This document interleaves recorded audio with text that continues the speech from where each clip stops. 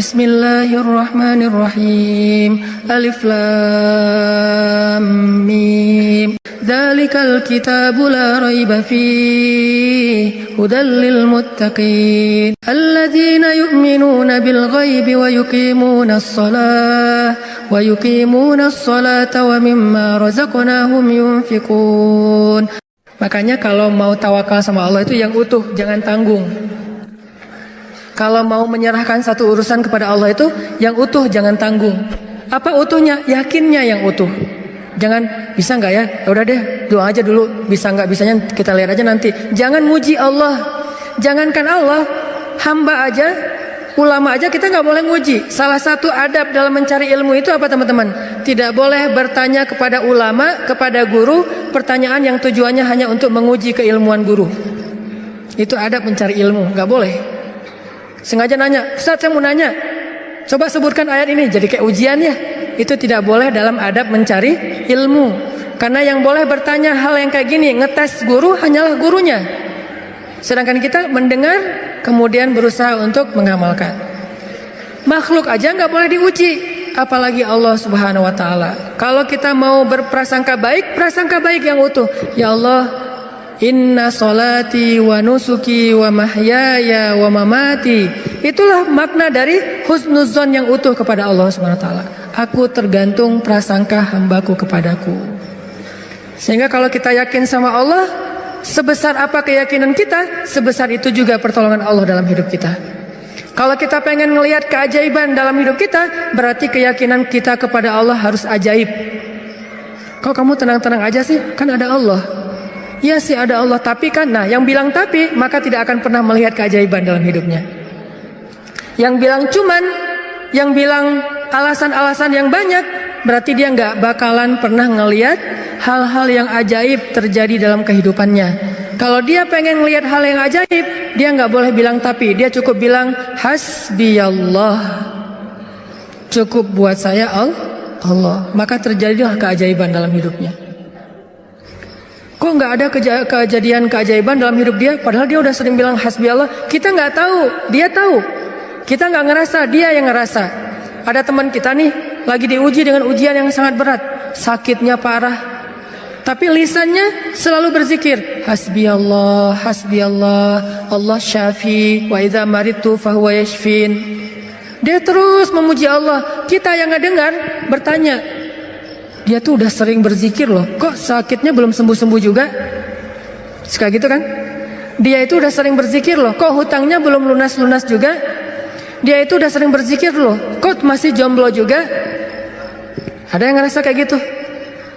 Karena kita nggak ngerasa apa yang dia rasa setelah berzikir. Ternyata kadang Allah menolong seseorang itu bukan dengan mencabut masalahnya. Yang lebih hebat lagi, Allah menolong seseorang dalam masalah dengan cara menguatkan hatinya dalam menghadapi masalah. Masalahnya nggak diangkat sama Allah, tapi hatinya dikuatkan. Sehingga dia tidak pernah mengeluh, nggak pernah berputus asa, nggak pernah menjadi orang yang lemah, kemudian pundung kepada Allah, nggak. Berarti Allah sudah menolong hatinya. Dan buat dia, itu kadang lebih baik daripada kita yang hanya menonton dari luar. Kenapa dia masih bertahan? Kenapa dia masih kayak wajahnya kayak nggak kesakitan? Kenapa dia kayak nggak pernah ngeluh? Kalau kita jenguk dia ke rumah, dia nggak pernah ngeluh. Justru kita yang ngeluh.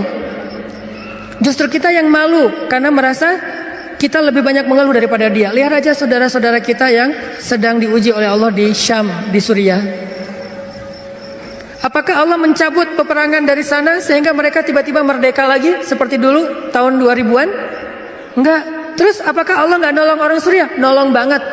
Gimana cara Allah menolong orang Suriah? Dikuatkan hati mereka. Mungkin kalau kita berada di posisi yang sama, dari dulu kita udah putus asa tuh.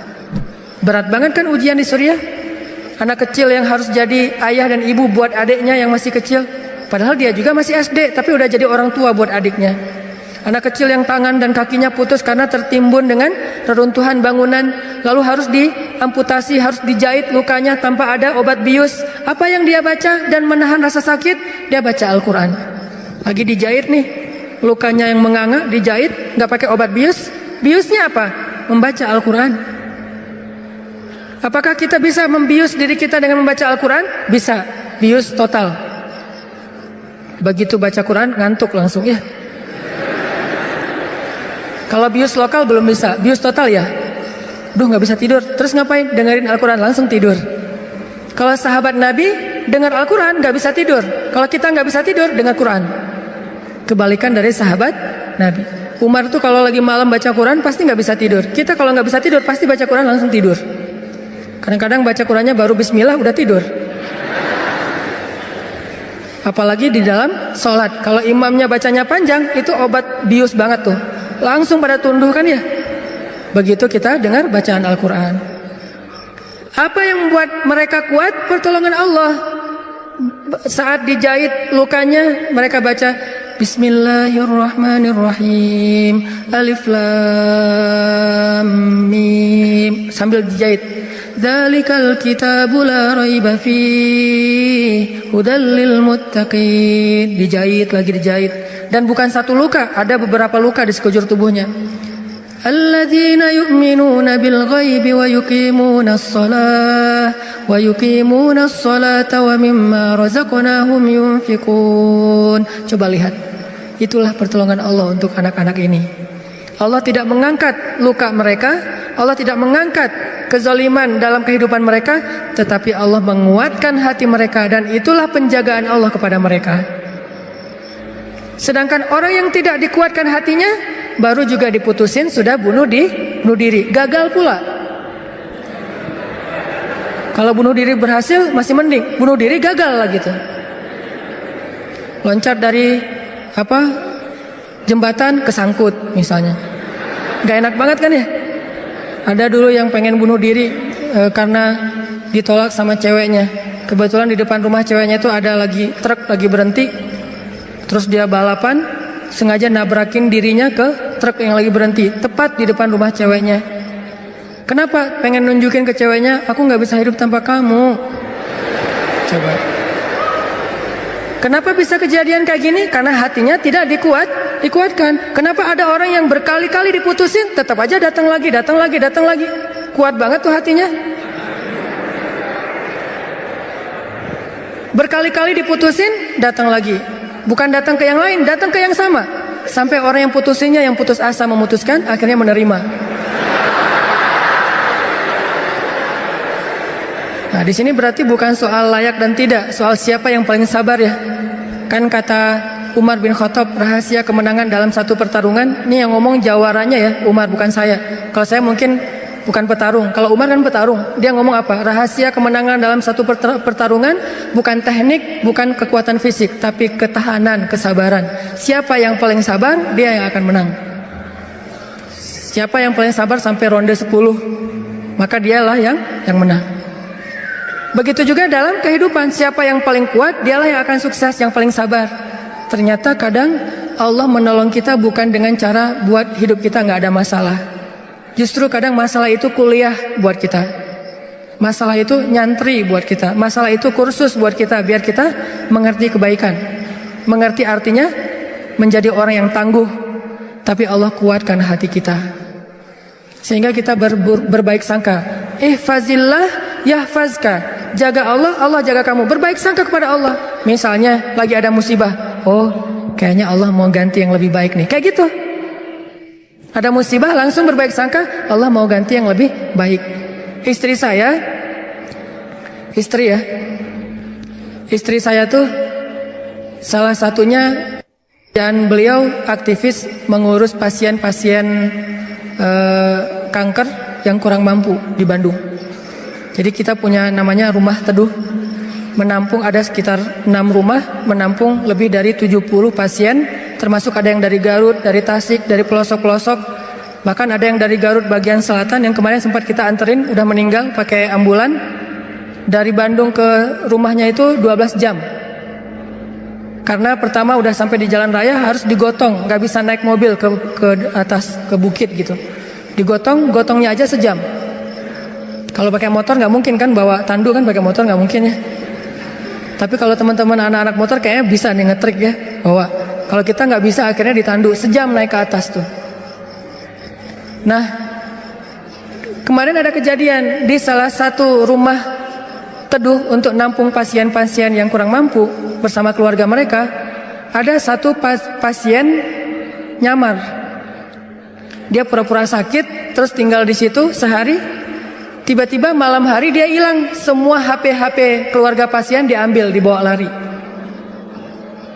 Mencuri HP pasien kanker kurang mampu. Coba kurang apa dosanya tuh?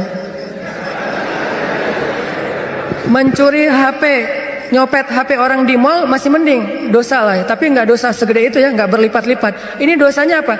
Mencopet, mengambil HP pasien, keluarga pasien kanker kurang mampu. Yang di HP itu satu-satunya alat untuk komunikasi, ngurus pengobatannya. Kita nelpon mereka juga di situ, nelpon dokter lewat HP itu, diambil sama dia. Hilang sekitar 5 HP, 5 pasien. Langsung kita coba snapgram di sosial media. Dalam hitungan jam Allah ganti HP yang lebih bagus, jumlahnya 2 kali lipat. Itu juga kita stop. Kalau enggak mungkin 10 kali lipat jumlahnya. Bisa jualan HP itu. Kita taruh Instastory, kita butuh HP nih. Ada 5 pasien kita yang kehilangan HP dalam satu musibah. Mudah-mudahan Allah ganti yang lebih baik. Ternyata langsung pada ngejapri, saya ganti. Bukan HP bekas, HP baru yang harganya mungkin lebih mahal berkali-kali lipat dari yang hilang. Dan jumlahnya berkali lipat dari yang hilang. Hilang 5, yang udah terkumpul dalam hitungan 1 jam 10. Itu langsung kita stop. Kalau enggak bisa 100 tuh. Lumayan kan, bisa buka lapak lagi tuh.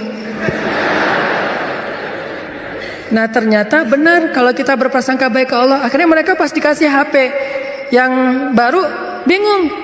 Pak ini gimana cara memakainya nih? Karena HP yang mereka selama ini kan yang HP hitam putih yang agak gede yang bisa ngelemparin maling ya. Sekarang HP-nya slim, warna, bisa selfie. Mudah-mudahan sih nggak sibuk selfie ya. Nah alhamdulillah dikasih yang lebih baik. Coba berprasangka aja sama Allah. Dan itu mudah banget bagi Allah. Saya juga pernah hilang HP. Malam-malam mau ada acara tahajud bareng. Bangun tidur karena udah telat bangunnya. Acara tahajud jam 2, saya bangun di rumah jam 2. Kan telat banget tuh, berangkat ke tempat masjidnya setengah jam paling cepat. Akhirnya karena panik, saya ambil HP, jatuh. Pas jatuhnya itu bagian layarnya langsung pecah, gak bisa lagi dipakai digit. Wah HP saya hilang. Langsung doa, Allahumma ajurni fi musibati wa akhluf li khairam minha. Ya Allah, beri saya pahala dalam musibah saya, beri saya ganti yang lebih baik darinya. Waktu itu HP saya HP harga 2 juta. Paginya jam 10 pagi Allah ganti dengan Samsung Note 5 yang waktu itu harganya masih 10 juta. Coba langsung cash langsung dikasih sama Allah. Gimana caranya? Allah yang punya cara. Dan kita nggak harus tahu caranya karena ayatnya juga wa yarzuqhu min haitsu la yahtasib. Dari jalan yang Allah yang kalian tuh nggak pernah duga. Prasangka baik sama Allah. Ditolak, oh berarti akan diberikan yang lebih baik dari ini. Ditolak lagi, oh berarti lebih baik lagi. Cari lagi yang lebih baik, ditolak lagi. Makanya nyari yang terbaik. Begitu ditolak, Allah berarti akan menggantikan yang lebih baik dari dia. Itu ada cewek, Masya Allah, berhijab, hafal Al-Quran, juz 30. Lancar. Ini kayaknya tipe saya banget nih. Jadi saya gak perlu repot-repot ngajarin Al-Quran ke anak saya. Udah ada mamanya. Ini kayaknya cewek yang setia, keibuan. Kayaknya dia gak senang keluar, lebih senang di rumah. Pas banget dengan tipe kita misalnya. Ternyata pas datang ditolak, maaf saya udah tunangan. Lagi-lagi kayak gitu ya, gak survei dulu sih, langsung datang aja. Karena gak ada surveinya, datang ditolak. Oh mudah-mudahan dikasih yang tadi juz 30. Karena ditolak dikasih yang 30 juz. Tapi sekarang masih juz 30 juga bertahap. Pas sudah nikah nanti dia hafal Quran jadi 30 juz. Bisa kayak gitu, bisa banget. Kerjaan, ada satu kerjaan yang kita nggak berhasil, satu usaha nih. Lagi mulai usaha kecil, modal 1 juta usaha. Ternyata ada yang nggak jujur, kita ketipu, gagal. Jangan langsung berburuk sangka ke Allah. Apa maunya lagi Allah nih? Saya kan melakukan usaha ini gara-gara saya meninggalkan riba. Masa saya meninggalkan riba tapi malah makin sulit? Kayaknya Allah nggak rela ya. Saya mau hijrah. Ya udah deh saya balik lagi. Malah saya juga sama Allah. Kayak gitu kan? Berarti kita sudah berburuk sangka kepada diri kita sendiri. Harusnya, oh Allah nggak mau ngasih saya rezeki yang receh kayak gini nih. Makanya dibikin ini ada masalah dikit. Dikasih rezeki yang lebih besar. Usaha lagi. Dari mana? Kan udah habis modalnya. Bukankah Allah maha kaya? Bukankah Allah alam yajidka yatiman fa'awa wa wajadaka dhallan fahada wa wajadaka ailan fa'aghna. Tinggal kita yakin aja dan berbaik sangka kepada Allah. Makin yakin dan makin berbaik sangka, makin Allah nunjukin hal-hal yang ajaib dalam hidup kita. Saya sering cerita, pasti teman-teman mungkin sebagian pernah dengar di YouTube, gimana saya ngebuktiin kebesaran Allah dengan sedikit mengambil resiko gambling, yaitu berangkat ke luar negeri gak punya modal sama sekali, gak bawa duit 1 rupiah pun gak bawa, berangkat ke luar negeri. Terus apa keyakinan saya baik sangka kepada Allahnya? Saya cuma berbaik sangka waktu itu Allah di Indonesia sama Allah di Mesir itu sama. Beda nggak Allah di Indonesia dengan di Mesir? Sama kan ya? Terus yang ngasih makan kita di Indonesia Allah, berarti yang ngasih makan kita di Mesir Allah juga. Ya udah, berarti nggak ada masalah. Orang yang ngasih makannya sama, kecuali yang ngasih makannya beda. Di Indonesia yang ngasih makan ayah, berarti di Mesir harus cari ayah mertua. Ayah bukan pemberi makan, tetapi ayah yang dengan lewat dialah Allah memberi kita makan. Tapi punya cara yang lain, Allah lah pemberi makan. Akhirnya saya berangkat. Allah di Indonesia dengan Allah di Mesir sama. Apakah Allah akan mengecewakan hambanya yang berbaik sangka? Enggak. Ternyata terbukti banget teman-teman. Saya malah merasa sangat diperlakukan dengan istimewa oleh Allah sepanjang perjalanan sampai pulang lagi ke Indonesia. Enggak kelaparan sama sekali. Ikhtiar. Cuman kadang kita ikhtiar habis-habisan. Kalau Allah mengatakan tidak, ya tetap aja nggak bisa. Ada juga orang yang ikhtiarnya biasa-biasa aja, Allah bilang ya, dapatnya lebih dari apa yang dia ikhtiarkan. Saya jual bakso, jual doang, yang masak teman, karena saya nggak bisa masak. Saya bilang ke teman, lo masakin bakso, nanti biar gua yang jual. Nanti bagi 2, lo 30%, saya 70%. Oh ya boleh, dia masak, terus saya jualan bakso ke warga Indonesia yang ada di Mesir, plus warga Malaysia, karena Malaysia lebih banyak daripada Indonesia. Indonesia sekitar 3.000, Malaysia sekitar Indonesia sekitar 6.000, Malaysia sekitar 12.000, 2 kali lipat jumlah mahasiswa Malaysia. Jualan. Lagian kalau orang Malaysia mungkin karena nggak terbiasa makan bakso, nggak bisa ngebedain bakso enak dan nggak enak ya, jadi lebih aman nih. Jangan jual bakso ke orang Bandung, ketahuan banget nggak enaknya. Karena orang Jawa Barat kan banyak jual bakso tuh. Wah, ini nggak kayak bakso di tempat saya. Jual bakso ke mereka. Dan saya ngasih jumlah pentol baksonya tergantung mood. Kalau orangnya kayaknya nyaman nih, enakan nih, kasih banyak. Kalau orangnya nyebelin, kasih aja 2, cukup lah. Datang wajahnya cemberut gitu. Mau apa? Beli bakso. Oh ya, 2, kasih aja. Terus temennya, Mas, iya, mau apa? Beli bakso? Boleh? Oh boleh. Oh, kasih 10. Akhirnya pas makan berdua, ngeliat sebelah, kok beda? Beda amalan. Rugi kah? Nggak rugi, untung juga gede. Bakso, catering, jual dolar keliling. Terus pokoknya ada adik-adik kelas baru datang langsung dipalakin. Dolarnya sini. Langsung kasih dengan pon Mesir. Dolar.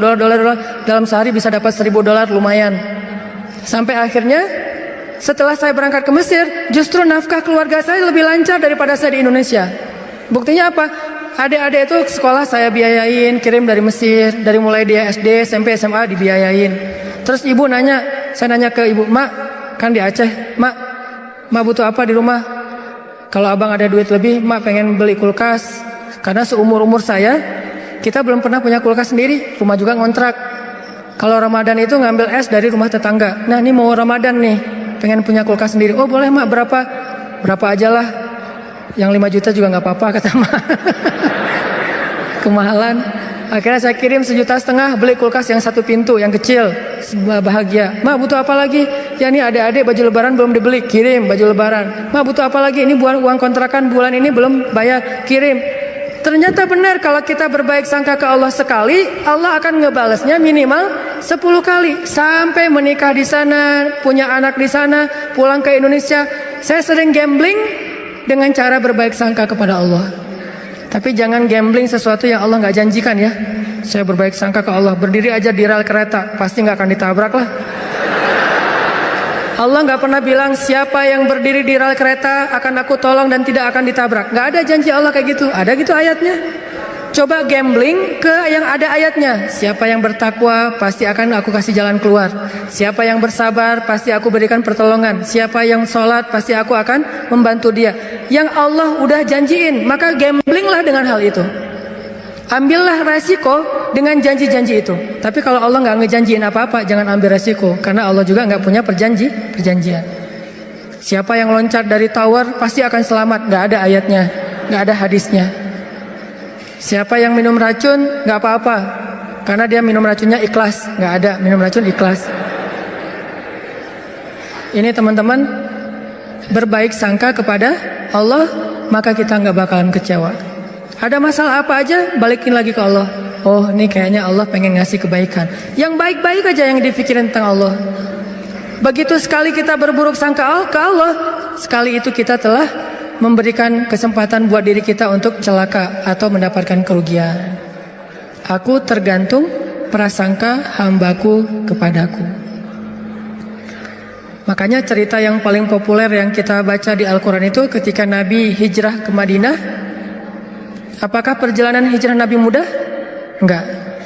Jadi kalau kita ngerasa perjalanan hijrah kita itu enggak mudah, berarti kita juga ngerasain apa yang dirasakan Nabi Muhammad SAW. Bukan kita doang yang susah dalam hijrah, Nabi juga susah. Padahal Nabi lebih dekat ke Allah daripada kita. Yang mudah itu siapa? Umar. Itu hijrah yang paling mudah. Sebelum hijrah, posting dulu. Besok mau hijrah, hari ini posting. Captionnya apa? Wahai orang-orang Quraisy, ketahuilah bahwa saya besok bakalan hijrah.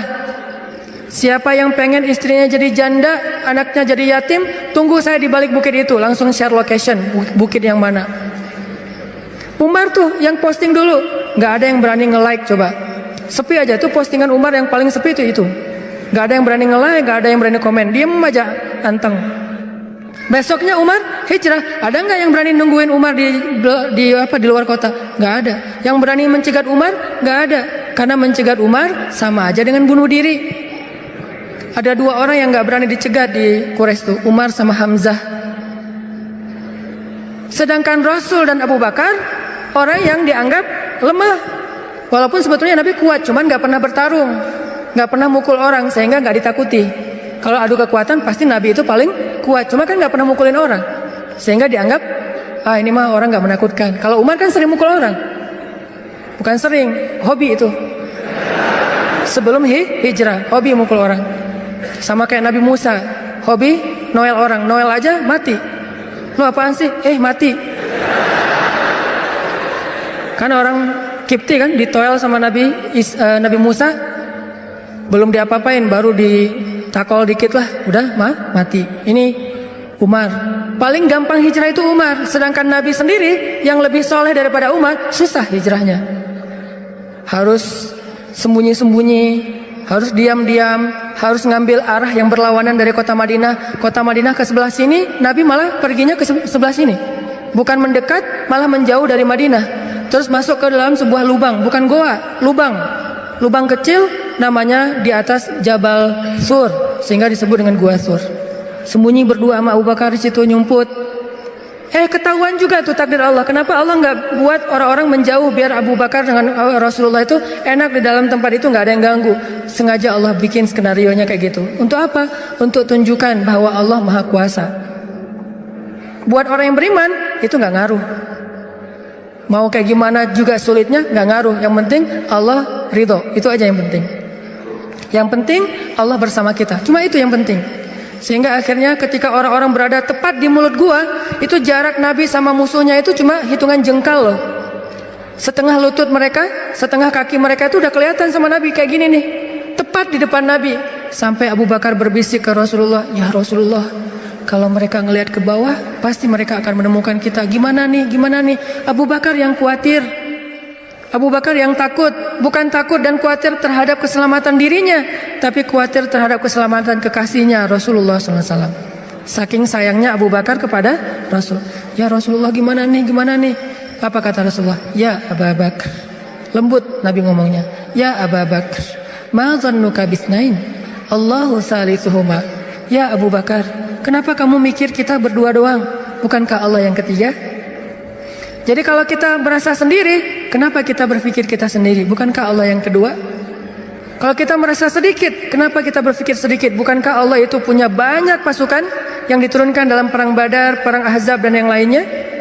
Ma dhannuka bitsnain Allahu salisuhuma. Kenapa kamu mikir cuma berdua padahal Allah yang ketiga? La tahzan innallaha ma'ana. Jangan khawatir ya Abu Bakar, Allah bersama kita. Setelah Rasulullah ngomong kayak gitu, apa yang terjadi? Apakah musuh kemudian menemukan mereka? Tidak. Gimana cara Allah memalingkan mereka? Allah palingkan hati dan pikiran musuh. Gak kepikiran ngelihat ke bawah, gak pengen juga ngelihat ke bawah. Ini cara Allah nih. Kalau ada berita bahwa di situ ada laba-laba, ada merpati bikin sarang, itu masih kontroversi di antara ulama. Ada ulama mengatakan itu benar, ada ulama mengatakan itu dhaif. Allahu a'lam. Tapi yang pasti Allah memalingkan mata, pikiran dan hati musuh dari melihat ke arah Rasul dan Abu Bakar. Itulah pertolongan Allah. Bukan ketemu terus tarung, musuh kalah. Gak usah serepot itu. Allah gak mau juga ngerepotin hambanya. Allah cuma pengen nunjukin kebesarannya aja. Dibuat musuh datang sampai sedekat mungkin, ukurannya cuma beberapa sentimeter, tapi dalam kedekatan yang luar biasa itu Allah tunjukin mereka tidak bisa ngapa-ngapain. Dipalingkan aja wajahnya, ngelihat ke semua sisi dilihat, tapi ke bawah enggak. Kan gak masuk akal kan? Kenapa bisa kayak gitu? Inilah kebesaran Allah. Padahal harusnya ngelihat ke semua sisi, termasuk lihat ke bawah, ada orang gak di dalam lubang-lubang itu. Gak kepikiran sama sekali. Apakah satu orang musuh? Ada puluhan musuh. Dan puluhan musuh itu tidak satu orang pun yang berpikir untuk ngelihat ke dalam lubang itu. Satu orang pun gak berpikir. Begitulah cara Allah menolong kita. Allah bisa buat semua hati sayang kepada kita, sehingga Allah angkat derajat kita. Allah mengangkat derajat seseorang, merendahkan yang lain. Tiba-tiba semuanya jadi simpatik sama kita, respect sama kita. Mudah banget buat Allah. Dan kita melihat itu dalam banyak kejadian dalam kehidupan kita. Ada orang yang tiba-tiba muncul, ada orang yang tiba-tiba tenggelam, dan itu cara Allah. Ada yang orang tiba-tiba Allah buat dia terkenal, tiba-tiba orang dihindarkan dari semua orang, tinggal sendiri. Itu sangat mudah buat Allah. Makanya berbaik sangkalah kepada Allah dalam semua urusan. Sehingga ketika kita berbaik sangka kepada Allah, Allah akan memperlakukan kita seperti apa yang kita persangkakan. Jaga Allah, Allah jaga kita. Itu satu. Hari ini dua aja nih. Gimana maksud jaga Allah sehingga Allah jaga kita? Satu, berbaik sangka. Kedua, arti jaga Allah, Allah jaga kita ada di Al-Baqarah. Fadhkuruni azkurkum. Ingatlah Allah ketika kita senang, nanti Allah ingat kita ketika kita susah. Itu ayatnya.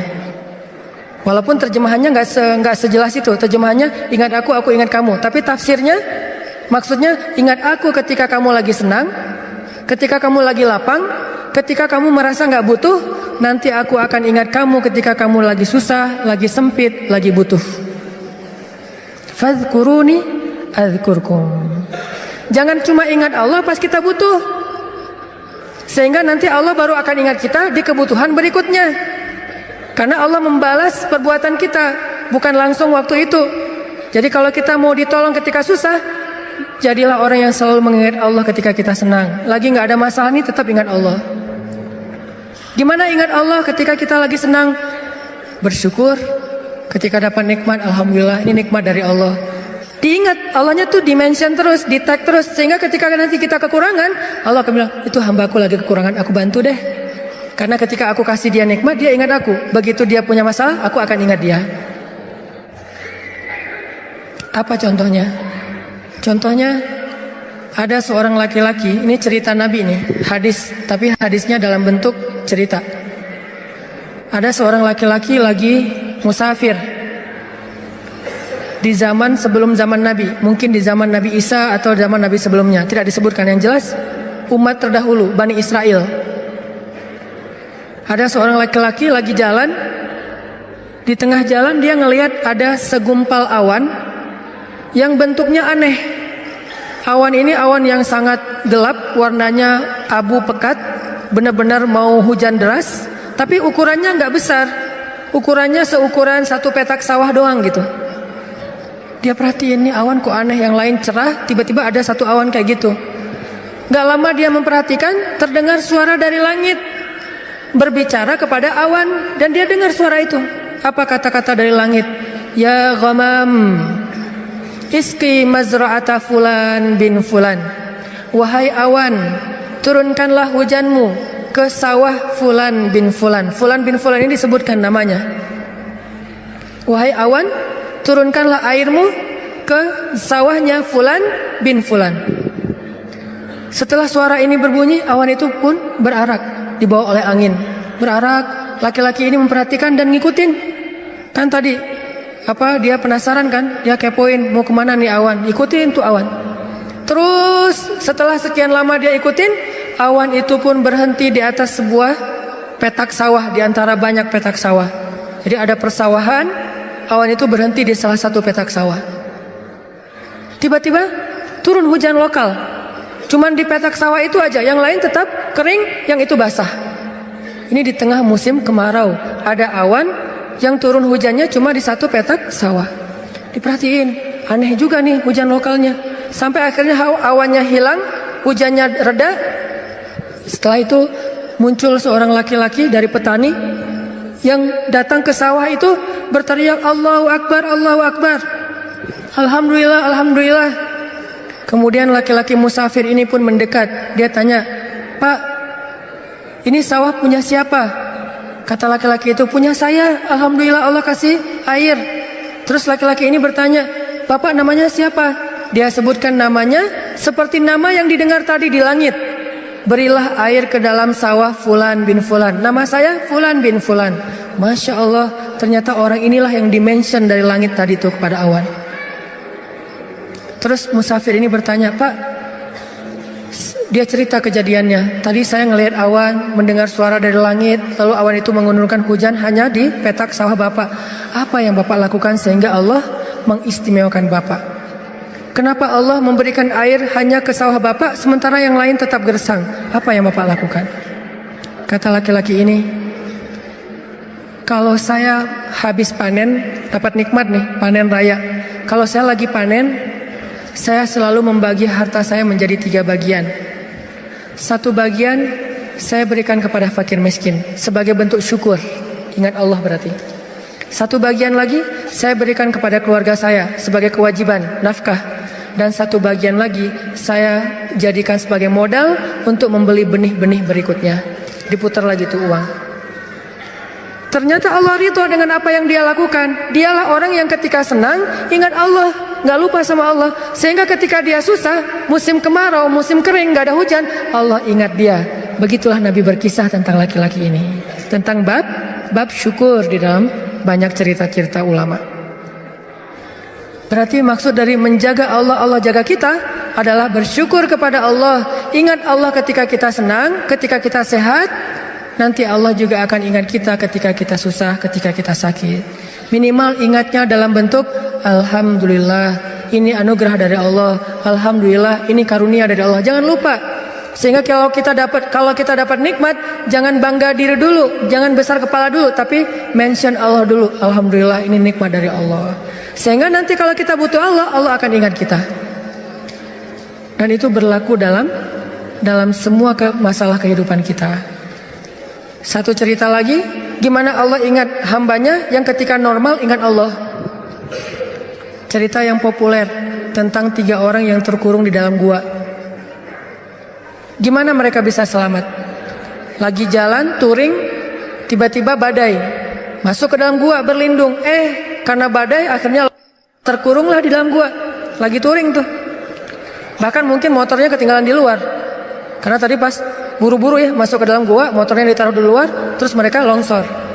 Gimana 3 orang ini bisa selamat dari kurungan gua?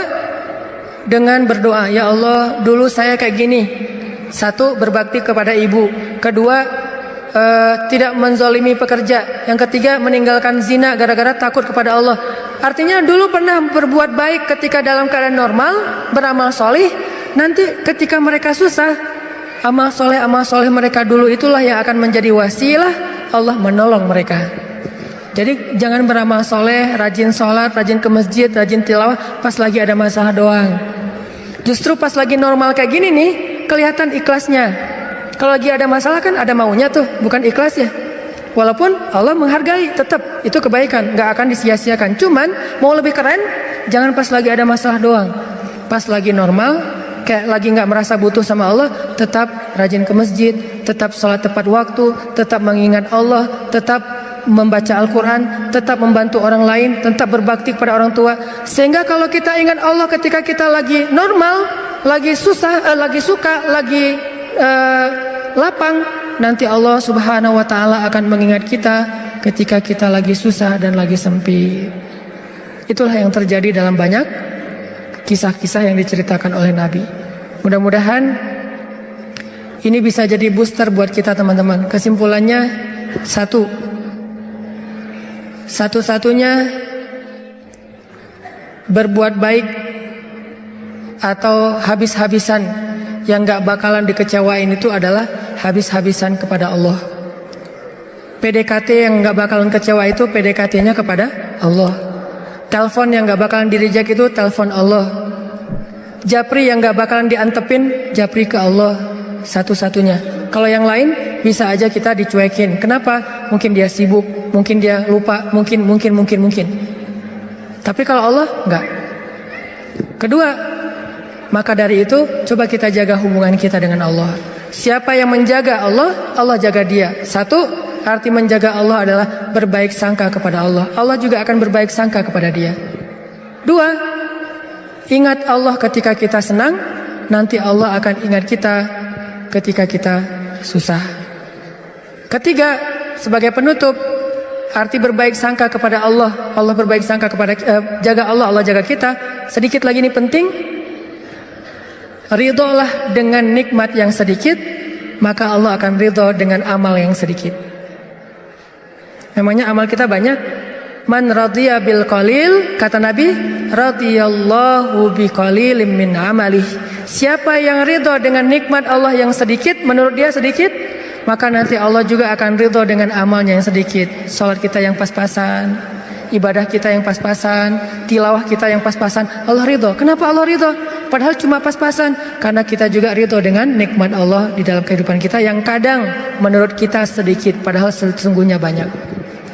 Mudah-mudahan ini jadi penyemangat buat kita untuk terus mendekat kepada Allah Subhanahu Wa Taala. Jangan kecewain Allah, maka Allah gak bakalan ngecewain kita. Kenyataannya sering kita ngecewain Allah, Allah juga belum ngecewain kita. Tapi Allah punya batasan. Kalau kita terus-terusan kayak gitu, nanti akan datang janji Allah membalas suatu keburukan sesuai dengan perbuatan yang buruk itu. A'udzubillahi min dzalik. Barakallahu li wa lakum. Wassalamualaikum warahmatullahi wabarakatuh.